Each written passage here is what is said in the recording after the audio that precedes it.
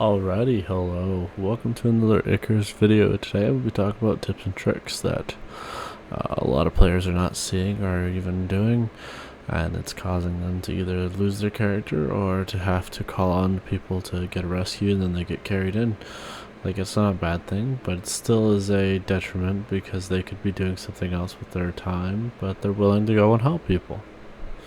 Now, I'm willing to go and help people as much as I can, but there's a certain point where it's just stupidity or just inexperience. And a lot of times it's inexperience, but there's people that just don't think at all.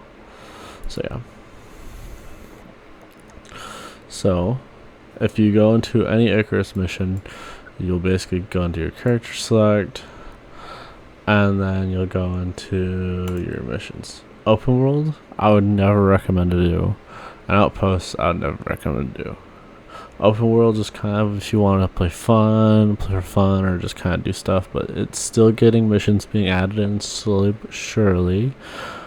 But at this current moment in time, it is not the best way to actually get currency or gear. The best way to do that would be actually going through missions, and if you're just starting out, I'd recommend sticking to Olympus, learning the base game, and going through the base game. And then eventually going to Prometheus if you did get the experience, if you did get the expansion. So everyone who gets Icarus saw, especially when it was on sale, saw Prometheus was also on sale, so they also picked up Prometheus. And this is where people are going wrong. They're completely skipping over Olympus and going straight for Prometheus, or they'll play a few missions into Olympus, go like, man, this is easy, and they go straight to Prometheus. Prometheus is a whole entire different, difficulty almost. It's for skulls for a reason. There's a reason for that, and that's because everything wants to kill you. Everything is neutral or hostile. There's not really too much in between. There's a few passives, but other than that, there's not too many. Yeah. So what I would first recommend going for is Olympus. Olympus is by far the easiest to learn map, and it actually goes through and kind of teaches you the game if you go through the proper things. Now, they have all these, which recommend tier 1 or killing something. Well, I would recommend you're always going to have to do Breachhead Recon. Then you can go to Livewire Train Scan. Livewire Train Scan, that's your first mission. That basically expands to the forest. Then you have two different directions to go: the desert or the Arctic. Arctic is a lot more difficult and requires a lot more stealth. You actually knowing your positioning and all that. But the desert is a lot more difficult. It's a bunch of small carnivores that are going to be coming after you. They're all hostile, basically, but it's a good way to power level. Power leveling is what you want to do at the very beginning, so I'd always recommend the try run expedition, but make sure that you are properly geared up, or you at least team up with an experienced player. Going into any of the Icarus discords, you could easily find somebody. It's not hard. It's pretty easy. There's always someone willing to help out, or even other inexperienced players that are willing to come on and help out. Now, when you're choosing your difficulty, you should always choose normal to start. Can I shut him up? Okay. Oh yeah. Yeah, let's do that. Okay, so if you saw on the screen, there was there was easy, hard, and then hardcore. Hardcore is its own different beast. You can basically add that on to any of the tiers. So you can play on easy, put on hardcore. It kind of balances out how much you're going to get for money, I believe. Because easy minus 50% hardcore, yeah. So it brings it back up to its core amount. So if you want to kind of challenge yourself and go through that. But remember, you can lose your character, or at least what's on your character. Nothing is saved. Now, if you're okay with that and you're not really using any of the workshop items, then cool. It's not too bad. But if you're gonna start going into workshop items, then you should definitely start either looking for ensuring your like drops, or at least playing hard, or at least normal. But don't go into hardcore, especially hardcore yet, until you've actually done the mission, and that you've actually had experience with dealing with the boss itself. If you're inexperienced and going into a boss fight, you're not going to have fun. It's going to be very difficult, and most likely you will be calling for a rescue. Like I said, we are more than happy to help, but it does get annoying when people are just basically dying to either inexperience or just straight up stupidity. There's only so much inexperience can actually kind of power gap for on people, but yeah, it does leave a bad taste in the mouth a little bit. So yeah. Oh yeah. Okay. So what you're gonna want to do is that you're gonna want to either go through either the desert or the snow. The snow is pretty easy. It's pretty fun. It's pretty cool. You can do quite a bit with it. Yeah, there's some decent ones that get unlocked. But yeah. Olympus has probably the most nodes out of any other tree, but it's also the most linear as well with what you can actually do. Now, if you're an experienced player and you're looking to grind, migrating sand survey is still the best one to grind for exotic and Ren. And you can do it really fast, really easily, with either a crossbow or a bow that you bring in with like 2 sets of arrows. Sorry, I'm really tired and I'm about to go to sleep, so yeah. Playing this all day. So yeah. Purple exotic is of course only in base Icarus, and you can find that anywhere. Red exotic is only in Prometheus, and we'll talk about that here in a little bit. So yeah. So we have quite a few nodes here you want to get through and want to go through. This last node is you basically just fighting bosses. This is a challenge one. And it only gives you a day. You basically have to fight one of every boss. So yeah, it's not too bad. This is probably the best way. The Spirit Walk Exploration. This is the OG way of farming exotic. If anyone knows C2 and C4. That's all I have to say. If you don't know that, then you haven't been playing long enough, and you'll probably never know about that because there's other ways to farm that are better that you'll never have to touch again. So yeah. Okay.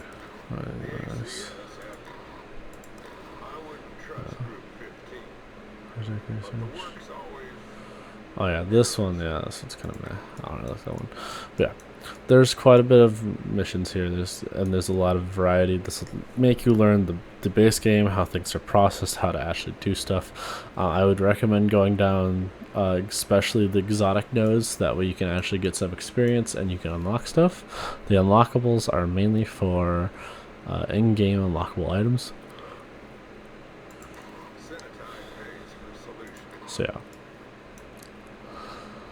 And so what will basically happen is that you will learn certain things, and you'll get certain things to unlock from different creatures. Those creatures are kind of meh, and you can kind of go without, and aren't really a main factor.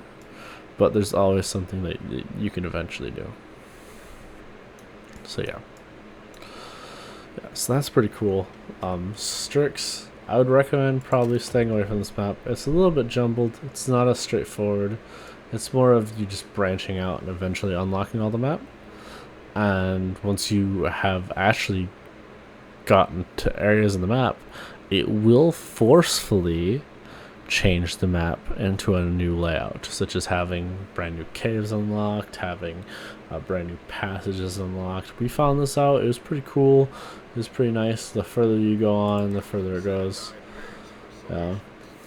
Basically the main two nodes branching off from the main are always going to be your helping nodes and unlocking and exploring, and also learning how to fight things, or at least learning how to get through stuff. There's different unlockables. There's 2 different unlockables for this place, which I believe is, it's the wolf boss and the scorpion boss. Those are the only 2, which isn't too bad. Scorpion boss is kind of annoying. It's not bad. It's just not really worth how much you paid. With the wolf boss, it's especially not worth how much you paid. Yeah. I mean, wolf bosses are fairly easy if you know how to fight them, but if you're an inexperienced player, you will run across that issue. So yeah. So Strix is kind of cool, and you will notice that there's a common trend. So Olympus exotic nodes will be from around 100 to 200, maybe 250. Depending on if it's a really good node, but typically it'll be about 180 average you'll see from a node, with a lot of them being a lot less, and maybe having 1 to 2 nodes. The most you'll ever see on Olympus is 3 nodes, sorry. Strix, you'll only ever see, I believe it's 4 nodes, but they're all less. It's around from 100 to 200 still, where it's basically just locked in that range with an average of about 140 to 130 exotic per node. So it's a lot less, but there's also a lot more slots. Olympus, it's very confined. There's not many slots. Same with Strix. Now Prometheus is a little different. So this is where it involves the brand new exotic, the red exotic. The red exotic is a very, very special exotic, which you can harvest it in 2 ways.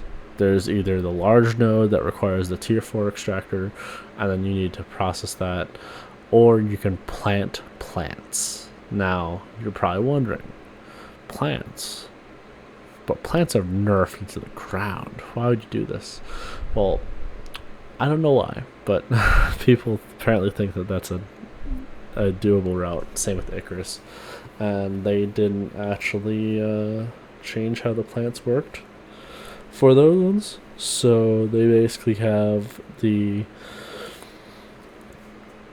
what is it? It's the debuff on them that makes them so where they either can never grow again, and they'll decrease yield, or they'll just basically make the yield terrible after you harvest it like 4 to 5 times.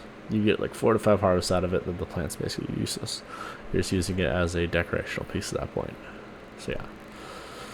But with the main node, you get around 200 to 300 raw exotic, and then you can process that exotic, and that gives you around 400 to 600 exotic, red exotic. It's pretty nice, but there's one catch.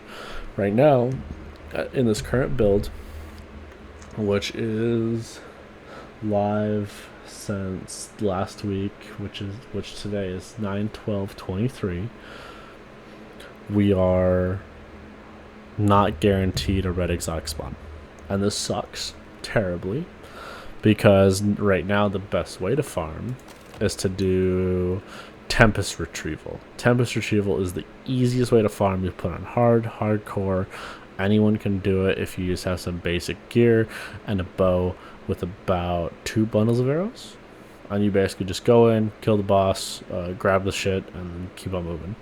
It's pretty easy. It's pretty good. You have to fight the boss at range. Otherwise, it will come up and it will destroy you. It does a lot of damage very fast. Me and my friends found that out. But if you fight it from range, it bugs out the boss's AI, and it can't really do anything to fight back. Dispatch Manhunt is pretty ass. It's not really worth. If you want to actually try to hunt for red exotic trees, the best one will be Fracture Manhunt, due to it basically forcing you to get to tier 4 very, very, very fast, and you can just kind of tech tree through tier 1, tier 2, just to get the cement mixer. So that way you can make the enzyme processor and a water pump.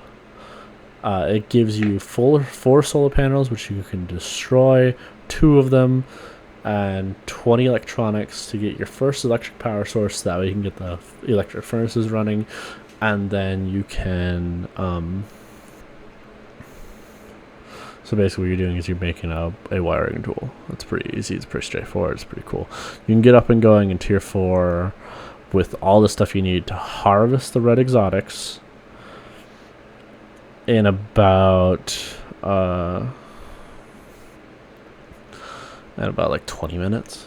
That's pretty fast. If you're really fast about it, you can do it. Otherwise, it'll take about 30 to 40, maybe longer depending on the person. You basically just go immediately to the point. There's like 2 or 3 areas that you kind of have to speed run through, and then you'll eventually get to there. So yeah, it's not too bad.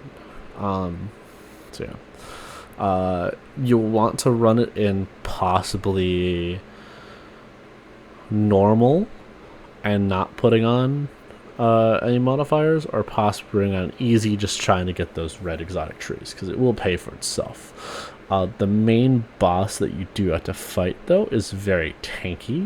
It has a lot of resistance on its body, and that's the worst part about it.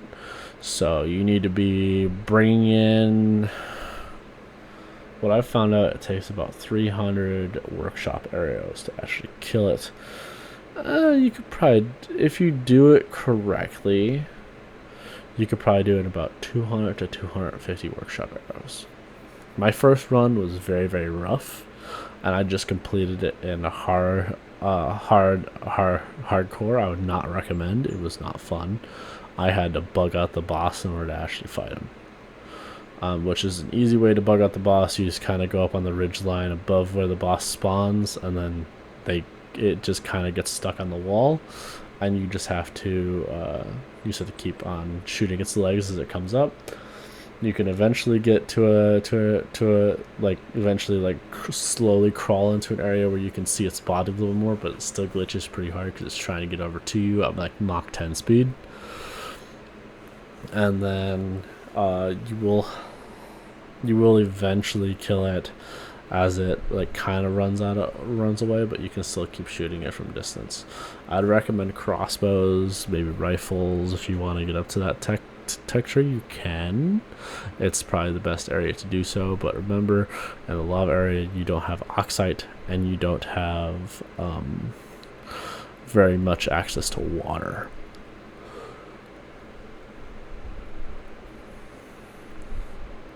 And then when actually going into the mission, if you do get any red exotic spawns, most likely they will be in Hell 2.0, which right next to the boss fight arena, there's a large cave system which you can run on through, and then that'll bring you to the second lava area. It's kind of weird. It's a really weird niche. I don't understand it, but it's what they decided, which was the best course of action for the map. But yeah. These little side missions, if you want to do them, you can. They're not really all too much profitable. They're good time wasters, to be honest, but a lot of them require you to get to tier 4, and yeah, it's just not very much fun. Grinding up to tier 4 by yourself is very, very annoying. It just kind of gets more and more just irritating as you get up to the tiers. You'll notice how everything just kind of goes up in price, and you still need stuff from the previous tier. That's just kind of how most survival games are, and this game is a very clear representation of that. Now, if you're just starting out and you go through your first missions, you start getting currency, what I would definitely recommend tiering into is getting to the... Yes, okay, this one right here. The Hark S5 Envirosuit. Don't go for the Fermi, go for the Hark. The Hark is probably the best because it gives you physical resistance, perceived threat, while stealth, and then that. If you do want to eventually go up in the tiers later on, I would recommend going probably the Duo, which is kind of meh, but it's not terrible. I mean, they're about the same. I mean, one's perceived threat, one's physical resistance, even though that this does both. I don't know why you go for anything else. So you'll probably still keep using the heart for most of the game. If you want to start going through missions a little bit faster, you can go through the Icarus. The Icarus is probably the best, and then if you do get the actual thing, like the actual thing, I would probably recommend going for the Holler Envirosuit, just because of the 4 module slots, and you can hella mod. That's what I'm currently working on getting full access to. But yeah, honestly, I'd probably recommend just going over spears, probably getting up to knives. The best knife in the game is the Nars Ventra, which is very high with the exotics, but with the recent change of them putting all of our save data on our own systems, we can actually change that.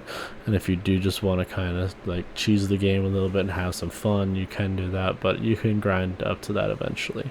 It's not too bad.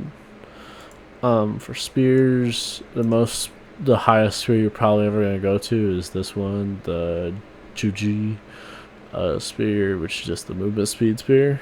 That's all it's pretty much known as. You just kind of go through and you don't really care about the others.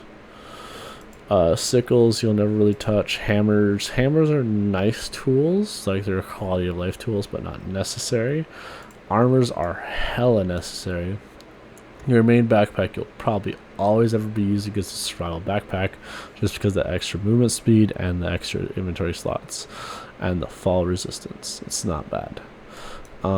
For armor, you're probably gonna first get the Nanio, because that's the basic armor, and then you can either get the combat armor or you can get the mining armor. Mining armor you'll have to go through first. Combat armor is after. Mining armor is pretty good for the stockpile missions, because that gives mining and also felling, so you get more like ores, you get more wood. It's not too bad. With the ST700, that's more of the exterminations or even the explorations, because you get that nice stealth, that nice perceived threat and the stealth basically, and you deal extra damage too, which is always appreciated. For farming, you're probably not going to get too far into this, so you're never going to really touch most of these.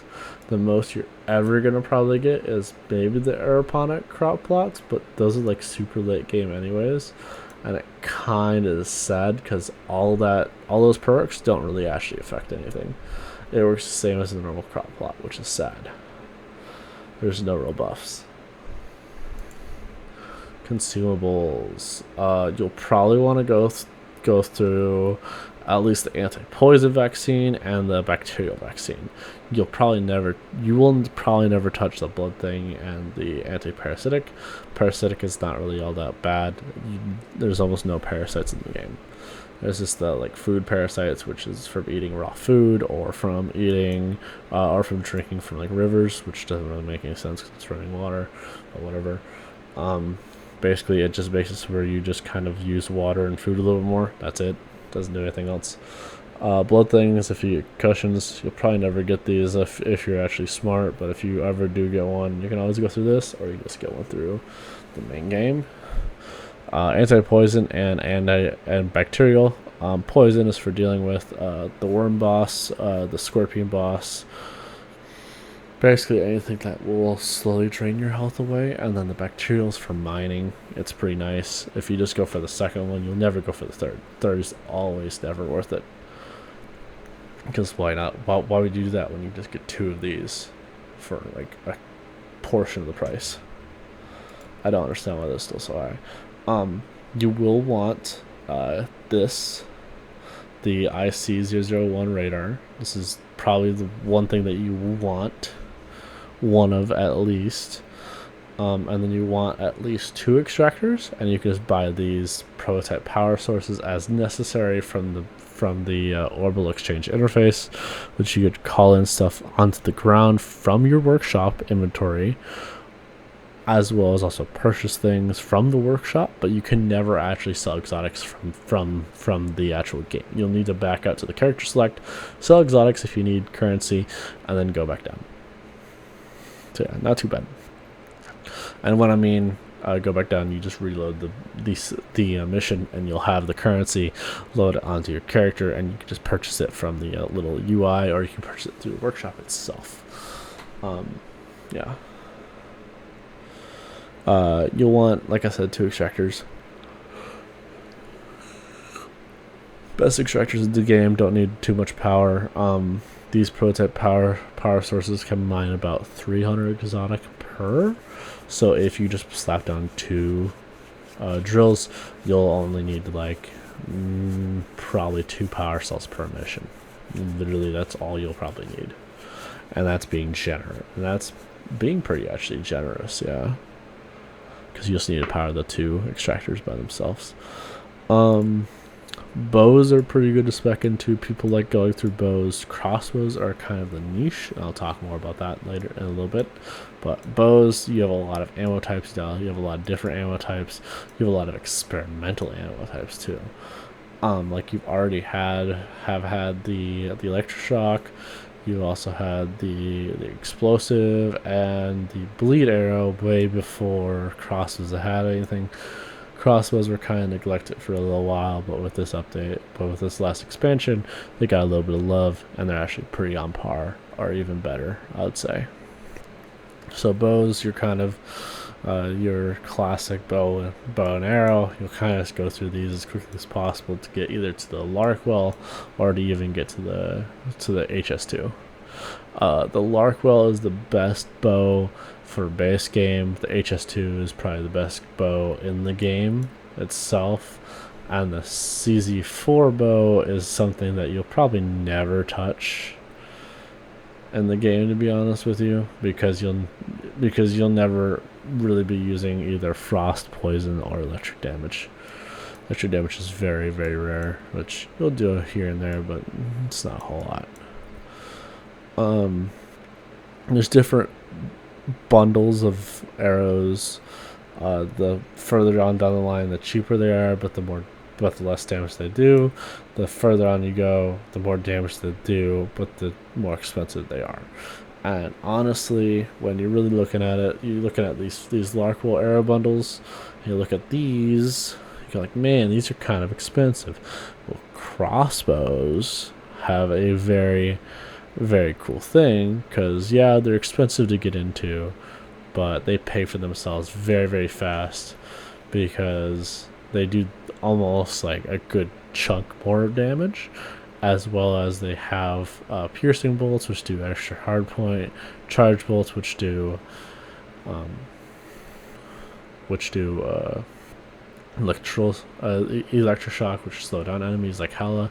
And then at the current moment in time, the devs probably already know about this, but you could use the Larkwell explosive bolt bundle, and if you notice that there's something missing, they don't break. Ever.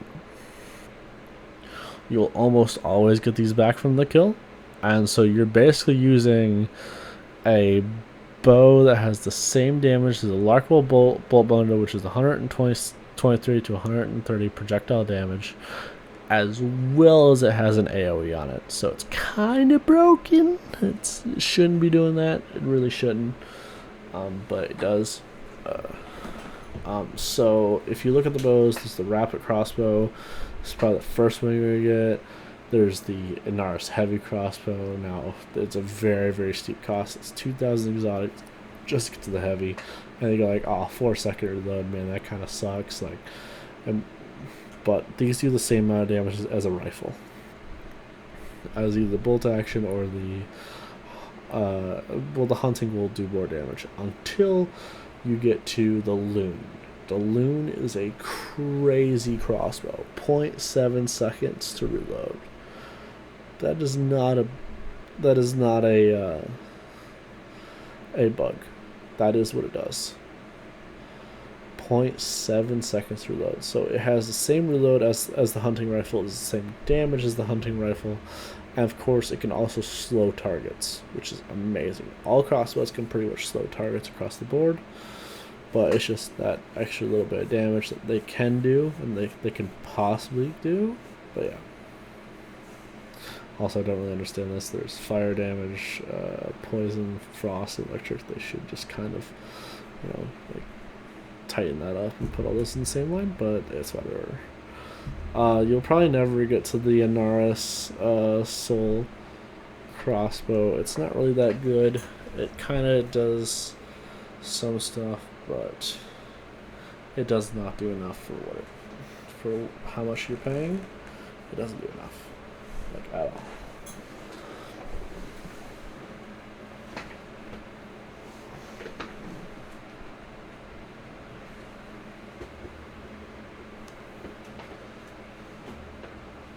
So I'm just gotta check and make sure no creepy critters were getting in my shoes, because we have scorpions here in Arizona. Fun state, hot as hell, don't get any rain, and the most we get is dust storms. Yay. Okay. For deployables are kind of cool. They're kind of niche items. Like if you want to use them, they're pretty cool. The NXT campfires, the campfire that will never be extinguished from. Yeah. So basically, it can remain lit at all times. You have the MXC furnace, which is your basic furnace, which kind of replaces the stone furnace. It's not bad. It's pretty good. It's pretty nice. Space is a little low, but yeah, it costs 500 research and then 50 to get. It's pretty nice if you want a good head start in some missions. Crate's pretty nice. It's a good crate just to shove all your stuff in. It's pretty cheap, not too bad. You'll see a lot of use of the fuel canister. It's not bad. You can always bring it down missions. You can kind of stockpile them, and then you can eventually have a mission where you just call them all down, and then you just kind of fill them up. So, not terrible, but they're not the best either.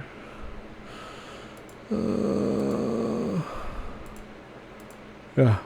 Okay. So pickaxes. You will try to get to the highest pickaxe that you possibly can as quickly as possible. Pickaxes are very, very useful because it can mean life and death in some of these stockpile missions. Because either you might have to set up a deep mining drill, which takes forever, by the way, or you could just gather an extra like almost like 30% yield from mining almost. So this will get you at max 145. This gets 148 base on everything. That means all your high tier ores, all your which you'll need in the and for like to get through tier 4, all your basic necessities, such as oxide, sulfur, and silica. This is your all-around best pickaxe, but you'll probably never go into any of these because they don't actually do a whole lot. Like, they do say this, but they don't actually act like the obsidian tools, the miasmic tools, or the frost tools. So yeah, they don't actually offer like that, which isn't all that great. They should buff these, otherwise these are not even worth even getting. They're pretty bad. Like the pickaxe, this one here, like I get that it's kind of cool, but in all honesty, it's bad. Same with knives, they offered those as well. You'll never really get into these weapons, especially if you have the DLC. They're not worth getting. They're not worth experimenting with either. And Virusuits, the only one that you're probably ever going to get is the Larkwell Hauler. That's because you can just kind of put a whole bunch of these little nice, let's see, where are they at? Oh yeah, modules. You can put all these nice modules in there and make your life a little bit easier for everything. So yeah. If you're playing solo, you'll probably never get these strength boost modules or the healing boost module. You'll never get those really. And you'll also never need the player tracker. Player tracker, I don't know why it's in the game. You can access the map, you can place waypoints, and you can see other players' waypoints on the map to begin with. There's nothing that is stopping you from that. I don't understand why it's a thing, but they should just kind of remove it, or at least repurpose it to actually do something else. But mass dampener, you'll definitely need, that's movement speed. You won't really need inventory. Inventory is kind of meh. There's the weight, which you can get, but it's probably not worth getting.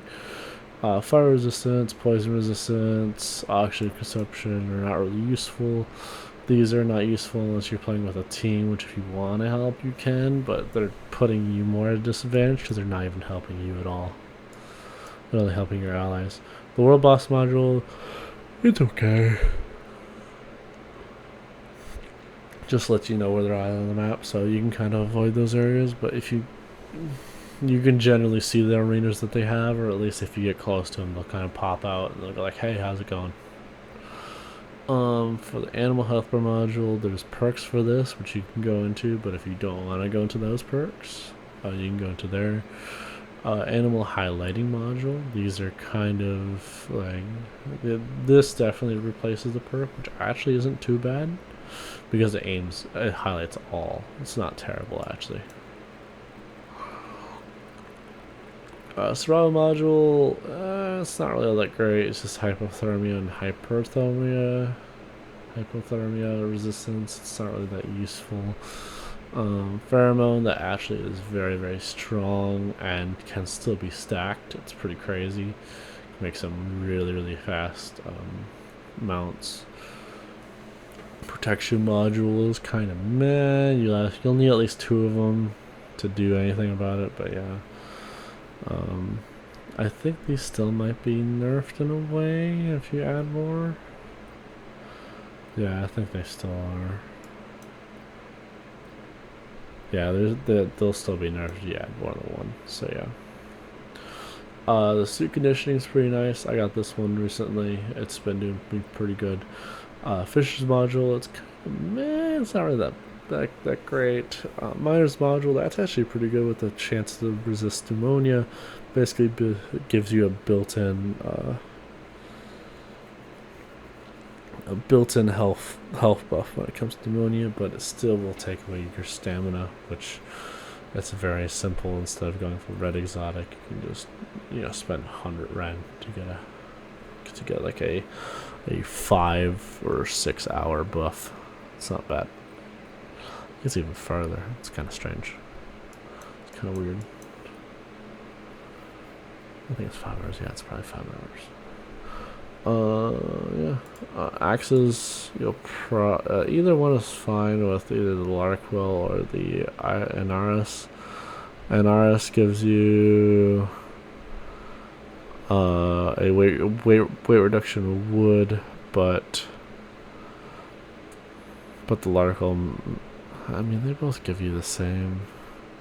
The only thing is that this harvest is faster. That's really all that I can see. Yeah, that's all that I can see. So axes, you kind of just want to go through as quickly as you can, while also just kind of looking at the negatives and picking the best one that you see fit with your build.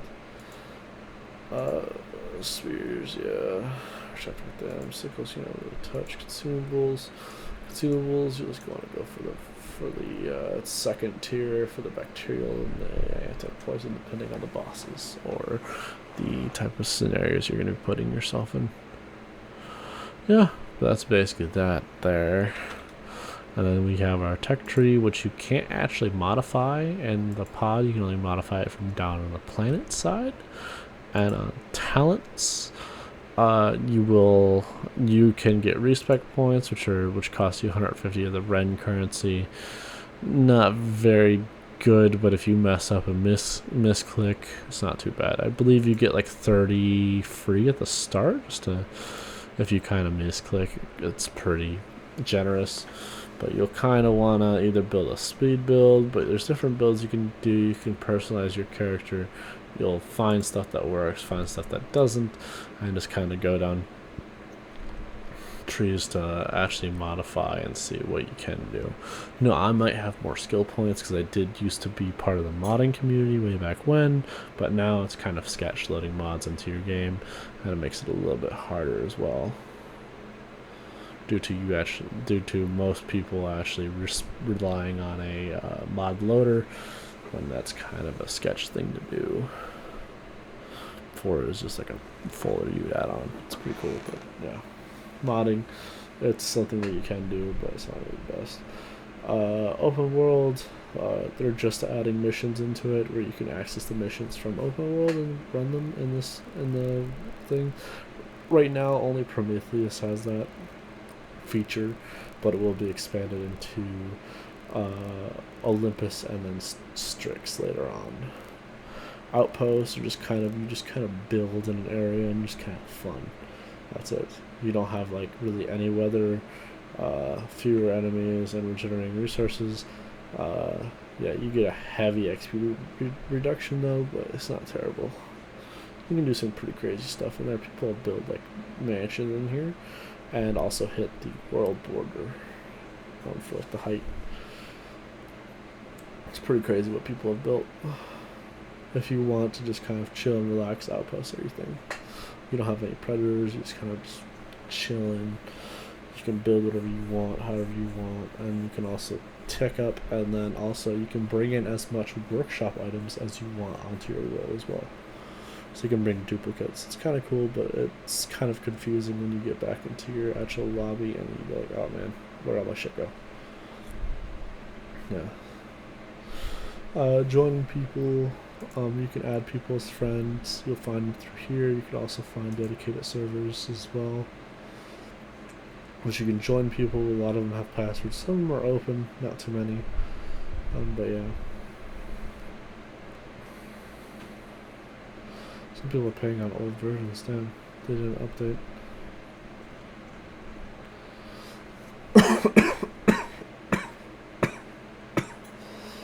Oh. Yeah, and they also have some ads here. So if you want to go through different hosts, you definitely can. These are hosts that are willing to support Icarus servers. If you're usually playing by yourself, you won't ever need these. If you're playing with friends, then your internet's kind of bad, and everyone's internet's kind of bad. It might be worth getting into a server, but honestly, some of these are not worth even touching.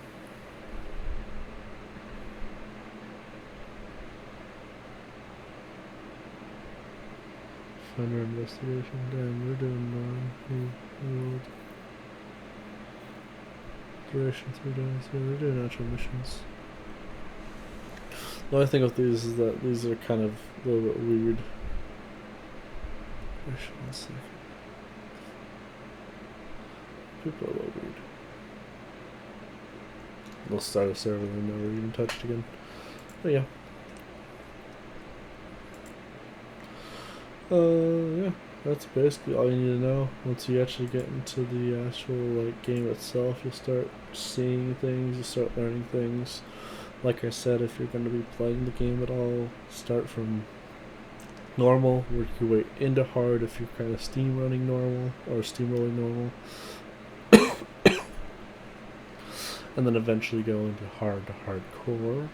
But remember, you do need to be more active and aware of your surroundings. There are some points where you can kind of chill and relax. That's when you have a base, but make sure it's made out of a strong material because it will get shredded pretty fast.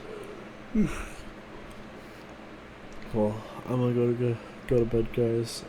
If you guys need any assistance, you can usually post a chat in the actual Icarus Discord server, which then you can actually request help from there. Either someone like myself or someone else will actually come save you. But yeah, and we're more than willing to help and also help you through the mission and kind of guide you on what can and cannot be done and give you some ideas of like how stuff works. But yeah, I'm probably going to be doing some detailed videos on how to actually run certain missions, especially with a new update. Not a lot of people have been putting them out, but yeah. That will be for a later time. But yeah, this is my first kind of outreach back into the Icarus community. So hope everyone has a wonderful day, and we'll see you next time. Goodbye.